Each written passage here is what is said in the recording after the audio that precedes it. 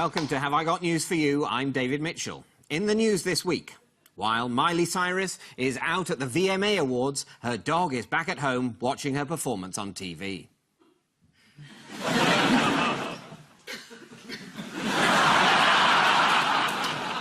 In Farnborough, the MOD proudly unveils the £60 billion replacement for the Harrier jump jet. And as officers from Operation U-Tree move in to arrest one of the stars of Play School, he makes a desperate last-minute bid for freedom.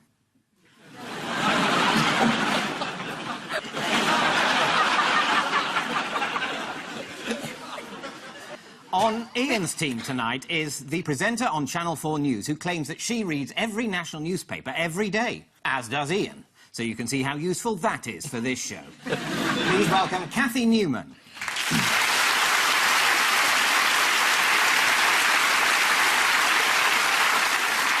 And with Paul tonight is a writer and presenter who is currently hosting a show on BT Sport, although we only have his word for that.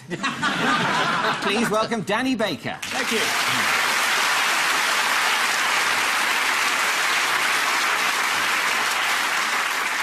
And we start with the bigger stories of the week. Paul and Danny, have a look at this. Yes, obviously, Conservative Party conference. There's the Prime Minister and his lovely wife, and there's... Osborne trying to get blood from a stone? Yeah. There's... What's his face doing? I don't know. It's very odd, isn't it? Ah, look, and I believe Mia Farrow says it's your son. Yes. So this is the Conservatives have been having their conference, and Boris has been speaking, I think. Well, yes, Osborne made a major announcement at the Tory Party conference. About his haircut. Will he the comb over? Yes. He's ending the recession, isn't he? Do you remember? He's literally combing over the recession. That's it. Hiding the recession. It's still there, but he's hiding it. No, that's not the announcement I meant. Just the return of the workhouse. Yeah, that's the announcement I meant, yes. It's part of the buy your house, except you don't know it's going to be a big one, where you make rope. People have to go to the job centre every day to register the fact that they're still unemployed? Yes, precisely. He said the jobless are to be required to work for their benefits by, for example, picking up litter. Yeah. Here's how it went down in the hall. But it did used to be a lot more entertaining, and I'm not suggesting they should use strictly Tory party conference. They used to tell jokes and sing songs. Yes, they did. People who couldn't tell jokes would tell jokes. It's extraordinary. My dad used to But sit like there the X always. Factor. A lot of fun watching The best acts have been stolen, haven't they? I mean, Anne Widdecombe went to Strictly. Yeah, I know. You know, got poached. The idea of Anne Widdecombe being poached is one I can't quite get out of my head. Think of the size of the pan you'd need. Do you think Boris Johnson really was loyal? Do you Yeah, he just did one joke about whether it's possible to be Mayor and Prime Minister at the same time, and got a big laugh and said, joke, joke, which is what people always say when they mean it. Do you know what he said about UKIP? He said, UKIP. If you want to. Yeah, that was the joke, wasn't it? I'm not for kipping. I'm not for kipping. He said, UKIP if you want to, but David Cameron is not for kipping. Not unless, obviously, he's attending his sister-in-law's wedding. But that wasn't kipping, that was chillaxing, and there is a difference, apparently. Yes, but unfortunately the party isn't called You Chillax. The conference then degenerated into, can you answer questions about grocery? Yeah. Yeah, someone Boris else got the milk That's question, it. and Cameron was asked how much a loaf was. 4 guineas. And he said, I have a bread maker. As we all do. It's Albert in the village. How much is a bottle of milk? Well, I have a cow. I have a cow and she goes down to the village and buys them. Yeah, but how much is a loaf of bread, Paul? 65p, everything is 65p. Always has been and always will be. So is he... Bread, houses, Shropshire, it's all 65p. And Boris didn't know the answer to anything. He said, I know how much a bottle of champagne is. I'd rather that, though, than some Weasley little journalist saying that he doesn't know how much bread is. So, how much is it, mate? How much do you put it down for on your expenses every week? Boris did that. He asked he? Jeremy Paxman how much a loaf was, and Paxman said, well, I can't possibly answer that. I know. Panic, panic. Yes, Boris had a bit of a Newsnight knockabout with Paxman. They were discussing Boris's rumoured return to the Commons, initially. I think this is a now super masticated subject. And what... Well, masticate a little more. What I would rather do... Spit it out. That's public school, isn't it? One person masticates it and then the other person spits it out. Oh! But I thought he missed the killer question for Paxman is, how much does a razor cost? You had a beer for a bit, didn't you? Yeah, I did, remember meeting you and said, do I look like a submarine captain? What made you shave it off? Blackmail. It's an excellent...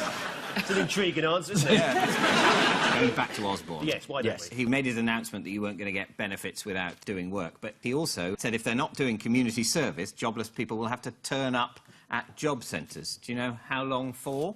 All day, 9 to 5. Yes. Really? For 35 hours a week. That's 10 minutes a day to check the vacancies and 34 hours, 10 minutes of Angry Birds. Also, there's a slight... And I say I'm not taking sides here because I come from a culture that is quite resilient when it comes to signing on. Most people, I did it myself for 2 years, but during... you know, you used to be able to go to, as they called it, the labour exchange. And I know culture has changed, but there were window cleaning vans outside and mini cabs and people going, hurry up, love, I've got to clear it up our state. Now, of course, it's all been stigmatised and everyone's sponges and all of this. Never mind, of course, you know, over in the city and all that. But people earning a few quid the other way, these days they want to make it that, you know, it's the worst possible sin of all. And I say good luck to anyone if they run their cab down, sign on, get a few more quid and go home again. Because making them sit there from 9 to 5... That's pushing them around. It's That was a pushing party people political around. broadcast. Yeah, I know. So a speech of the slightly dodgy but quite nice party. Bit of embezzlement just shows gumption. Embezzlement. When I used to work at an employment office, some people didn't sort of really think it through. You get painters and decorators coming in their sort of, you know, in their overalls, covered in wet paint. No, exactly. I've not had a job for 6 weeks. You could have thought the Tories were trying to out-Thatcher Thatcher. But then David Cameron obviously thought, oh, we're going to be called the Nasty Party again. So he slipped in this thing about social workers and how great social workers were. He got the whole Tory conference applauding. He said, can we have a round of applause for those hard-working people, the social workers? A lot of people going, who are they? Exactly. Social work, those are those wonderful people who organise parties. Yes. Karen Brady, off of The Apprentice, was at the Tory party conference. What was she wearing? I mean, what was she there for? Oh, yes. Well, I can tell you what she was wearing. You could say it was what one you... of those body what's-it illusion dresses that makes you look half the size you are. Yes, a Is that right? bodycon That's dress. the one. Oh. Yeah. Yes. heard of that. Well, Sounds good. Really good, yeah. Try one next time. I will, yeah. No, but I'm saying you need to. No, not saying I want to. But I've got. We can have a look at Karen Brady's bodycon dress. If you believed the bodycon there, you'd just call an ambulance, wouldn't you? Yes. Brady was there to introduce George Osborne. Do you know how she did that? George Osborne. Bill Clinton did Tony Blair once. Really? I mean, introduced him. Get your wife to do it now. That's the other thing at the conference. Say, I think you're the after hero. Justine's performance in the Ed Miliband show, no wife is going to do it again, are they? Did anyone She see was that? told to kiss him. Oh, yeah, and she has to do it. Well, Not even prostitutes have to kiss.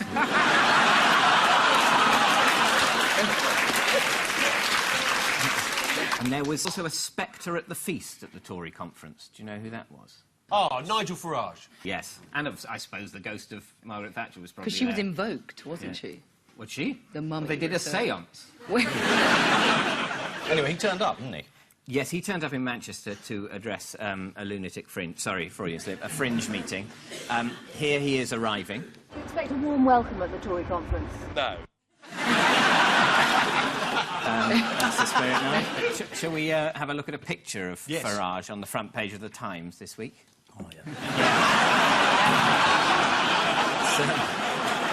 It's Hitler combined with a sort of one-sided Fu Manchu. So it shows he's multicultural. Meanwhile, David Cameron gave an interview to The Sun on Monday this week. He said that he can do the dance to Gangnam Style. Oh. A surprising number of people can do that, can't they, Cathy? What about C4 style? C4 style. What? C4 style.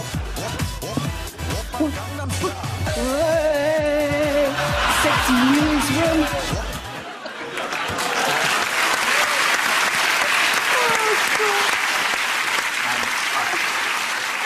ask the question why? It was showing that a woman can dance in high heels and not be inhibited. Exactly. There you go. That's And I it. showed And that that. was news? But at least I wasn't twerking. No, you weren't twerking. No, It could have been yeah. much worse. Oh, hang on, that's your editor on the phone.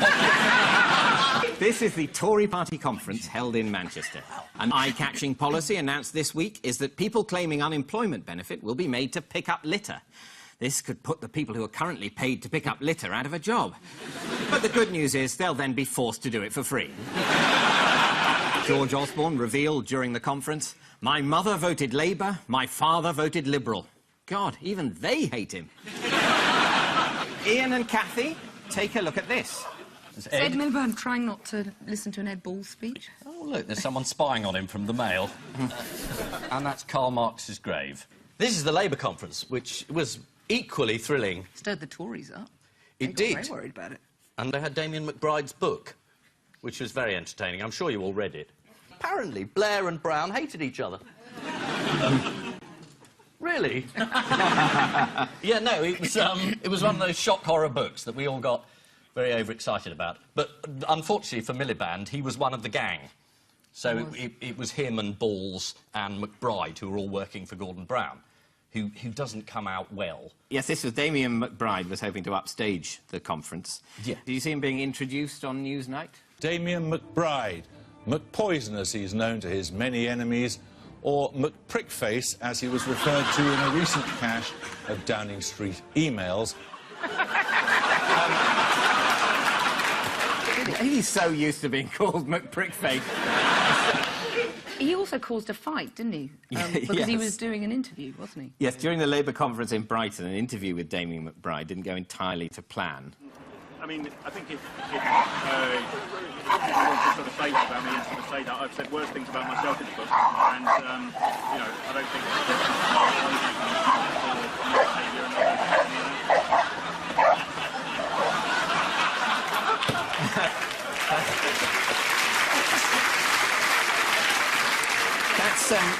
That's Ian Dale, Who's the publisher of the book. So what he was... that man's a long-term protester who likes to get himself into news stories. And the publisher of this book, who hadn't been invited to the conference and was trying to get his book into a news story, started pushing the other man out. They were both shamelessly trying to hijack the conference, so they ended up beating each other up. The dog seemed to be biting the arse of its owner, though. Dogs are extremely fickle. You could see where the power shift was going. What's been the other big story about Miliband this week? Well, this upstaged the Tory conference. Yes. The Daily Mail managed to sort of not merely shoot its own foot off, but sort of blow it off with a mortar. They had a go at Miliband's father. They ran a piece saying, this is the man who hated Britain, on the evidence of one entry in a diary when he was 16, when he just arrived as a refugee in this country. He fought for the country in the Second World War. Yeah. So it was the most sort of pathetic piece. The Daily Mail accused the father of being a committed Marxist. But what's the point of being an uncommitted Marxist? Oh, we all... Even if we suppose and make the leap of faith that, you know, his old man did hate Britain, my dad hated David Bowie. I think Hunky Dory's a masterpiece. It doesn't work like that. But apparently they've played the national anthem outside the grave and the corpse hasn't stood up and saluted, so therefore, that's all the proof they need. What I think will be embarrassing for the editor of the Mail is owned by the Rothermere family. Yeah. And once you start saying, well, you know, what did your dad do? The current Lord Rothermere's father loved Britain so much he went to live in France as a tax exile. He then passed on that non-dom status to his son, who doesn't actually pay the normal amount of tax, despite owning a newspaper that's owned through various companies in Bermuda. So once you start doing, I'm looking at your family, it gets embarrassing. And I think the Rothermere family, if you want to go further back, we get to the great-grandfather who, let's join in together, ran the headline, Hurrah for the Black Shirts. Yeah. But the Daily Mail went on to publish a full-page apology for that, didn't they? What, for the Black Shirts? Yeah. Yeah. No, they didn't.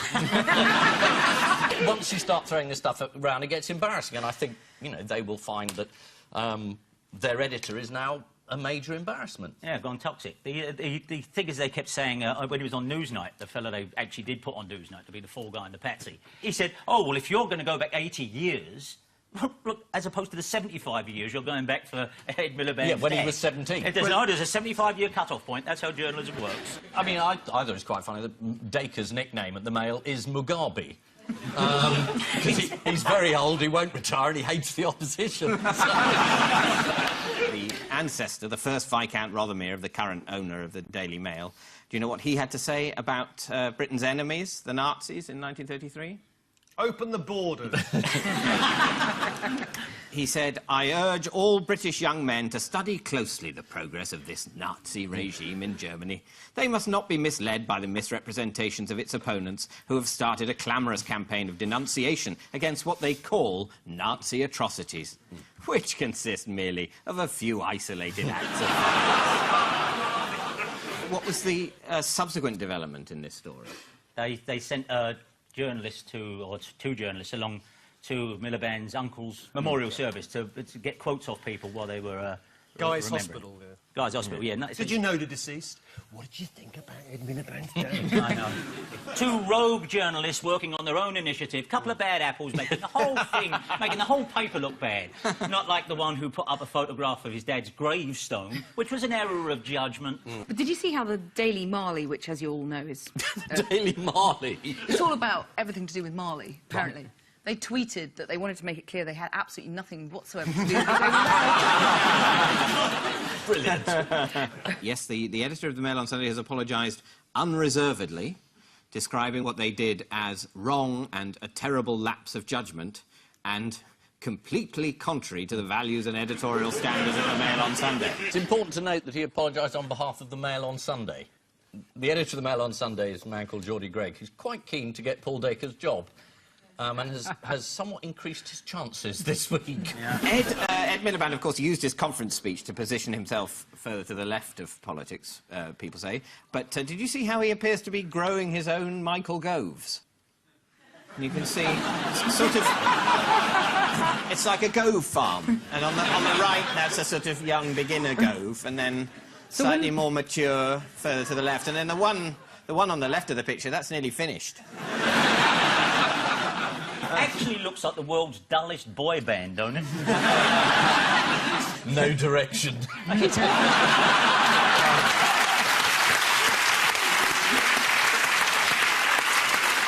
finally, would anyone like to see the chat-up technique of Danny Fancy a Brandy Alexander? Oh, yeah. Oh, it's just this conference has been so busy, so I've had so many things to do. So I haven't been up late. Relaxing in the bar, so that's not a problem. That'll come on Wednesday, maybe? Maybe tonight? Maybe tonight, good. How about you? Yes, this is the Labour Party conference and the Daily Mail's character assassination of Marxist historian Ralph Miliband, who they described as the man who hated Britain. For legal reasons, we can't make any derogatory comments about Daily Mail editor Paul Dacre, but apparently his dad's an arsehole. Sorry, was an arsehole. Education Secretary Michael Gove is one of the few people to defend the Daily Mail, saying that political commentators should always have a right to offend. I couldn't agree more, you four-eyed reptilian tosspot.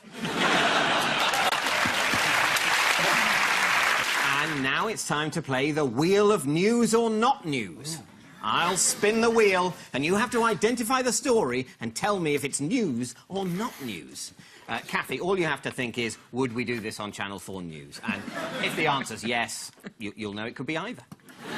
So, let's spin the wheel.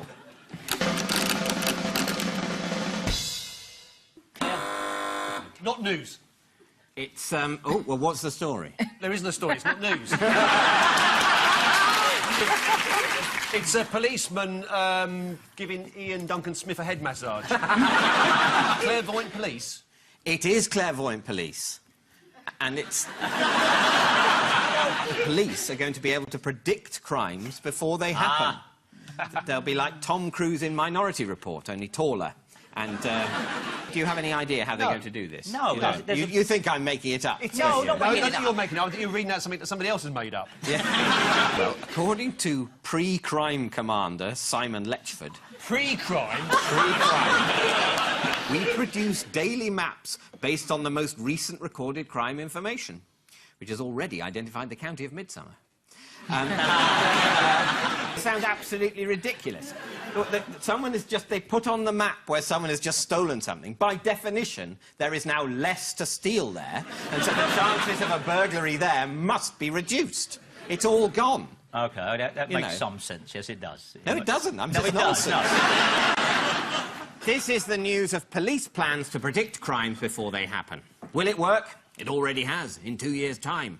Enjoy that one on Dave during the riots. The technique of identifying and arresting potential criminals before they commit a crime is based on a method developed by the Metropolitan Police, known as institutional racism.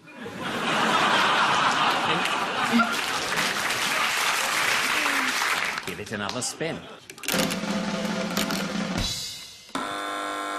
Yes, Bridget Jones's diary is coming out. Is this news or not news? And the hero in previous books is no longer with us. Well, it started off in a Sunday newspaper who, not coincidentally, had paid for the serialisation of the book. So the fact that they thought it was news may be due to the fact they paid a very great deal of money for it. And then it appears on this programme, along with a stupid pre-crime report. Who killed Mark Darcy? I expect you already know. I've got an idea. What? Yeah. If we got ourselves a gallon of petrol, we could set fire to the Wheel of News. All right, this is not news. Yeah.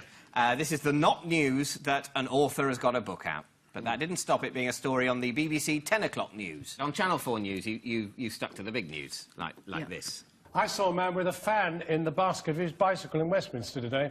That's a sign of the times. That's Channel 4 News. And the last spin. It's a fictional character. Oh, no. America's gone bankrupt because its fictional character's been killed off. And it's all closed. Republicans and Democrats can't agree on the budget. And is that news or not news? No, it's news. The Republicans can't agree the fact that they lost. Yeah. They lost the election and they lost this vote repeatedly. But the Tea Party, which is a sort of UKIP with guns, have decided that basically they don't care. America, home of democracy, vote goes the wrong way, you refuse to accept it. So they basically said, no, we're not going to agree. So they would literally rather America closed down than a very, very minor and not very radical changes made to public health care. There are 800,000 federal workers who've been forced to take unpaid leave. According to The Guardian, checking emails or answering calls would be a disciplinary offence. An idea they got from BT. This is the news that America has closed until further notice. If your inquiry is urgent, please contact Canada. Time now for the odd one out round. One between you this week. Your four are SpongeBob SquarePants, Sally Burko, Walter Tell, and Carmen Miranda. Fruit. Sally Burko fruitcake? No, she was caught... I'm sure I saw this on Channel 4 News. This is big. She was at news. one of the conferences balancing some item of fruit on her head in a bar. Yes, that's correct. Walter Tell, son of William, balanced an apple on his head and had it shot off by his father. Carmen Miranda had a whole bowl of fruit on her head. Fantastic, and sang, "Yes, we have no bananas." SpongeBob SquarePants, he's quite a guy. Bob is the odd one out. Yeah. Is it because he's got a friend called Patrick? And he's the odd one out because nobody else knows anybody called Patrick. Where does SpongeBob live? He lives under the sea. Yes, but also under... A pineapple. No. Yes! Yay! Hello! Right. How would you describe his voice, Ian? Rough. Manly. Touch of Lord Helsham. Well, Tom Kenny, the man behind the distinctive voice, describes it as a dolphin with a touch of seagull thrown in, which is also a starter at Heston Blumenthal's. And can you name any of Carmen Miranda's hits? Yes. I like you very much. Way down among Brazilians, coffee beans grown by the millions, and they got a lot of coffee there to sell. There's a full lot of coffee in Brazil. At last, the show's coming to life. Carmen Miranda cracked America, but her English wasn't great. She told one magazine, I say 20 words in English, I say money, money, money, and I say hot dog. She went on to teach Nancy DeLolio how to speak English. Yes, they've all had fruit on their heads, apart from SpongeBob SquarePants, who lives under a pineapple in a fun town under the sea. Sort of like Blackpool will be once all the fracking starts. According to the Daily Mail, late one night at the Labour Party conference, Sally Bercow, fuelled by champagne, tried to balance a pineapple on her head. I really regret this embarrassing incident, and I'm just grateful I wasn't caught on camera looking so stupid, said the pineapple. Time now for the missing words round, and we start with freeze-drying the dead is what? One of the rounds on Bake Off. Freeze-drying the dead is the future, says Minister. Do you think you can just add boiling water at the end? Come back again. The process reduces the body to powder and has been pioneered by a company called Promessa Organic Burial, whose slogan proudly states, "We're the people who put the gran into granules." Next, Berlusconi pulls plug on what? Pulls plug on political career as he admits that he's going to spend more time with his 16-year-old friends. Spend more time in jail. Yeah. On attempt to topple the government. Yes, quite right. News. News. Let's Yes, get back to news. You're absolutely right. It is Berlusconi pulls plug on attempt to bring down government. As his political career draws to a close, the one thing Berlusconi is desperately hoping for is immunity. Not just from prosecution, but also from every known sexually transmitted disease. And finally, Icelandic phone app stops you what? Eating yellow snow? No. Icelandic phone app stops you dating close relatives. Is that a big problem in Iceland? Well, I imagine... There's not many of them there. Yeah, I imagine it's a smaller gene pool than in other It's dark countries. a lot of the time, too. Yeah. This is an app which tells you if your date is a relative. All you have to do is just press a button and Bob's your uncle. So, don't have sex with him. So the final scores are... Paul and Danny have 6 points, but Ian and Cathy have 7. Yeah.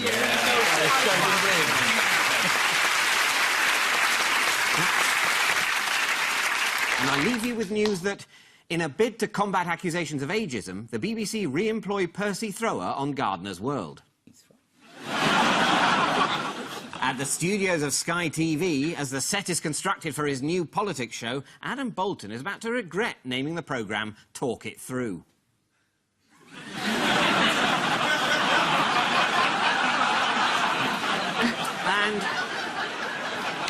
And following the split in the Church of England over same-sex marriage, the Synod meets to discuss an even more controversial proposal.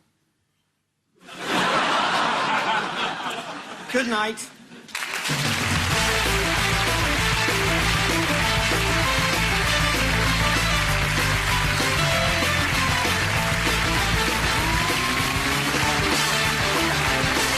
Next on BBC One, family troubles means Citizen Khan just can't relax on his day off in a new series.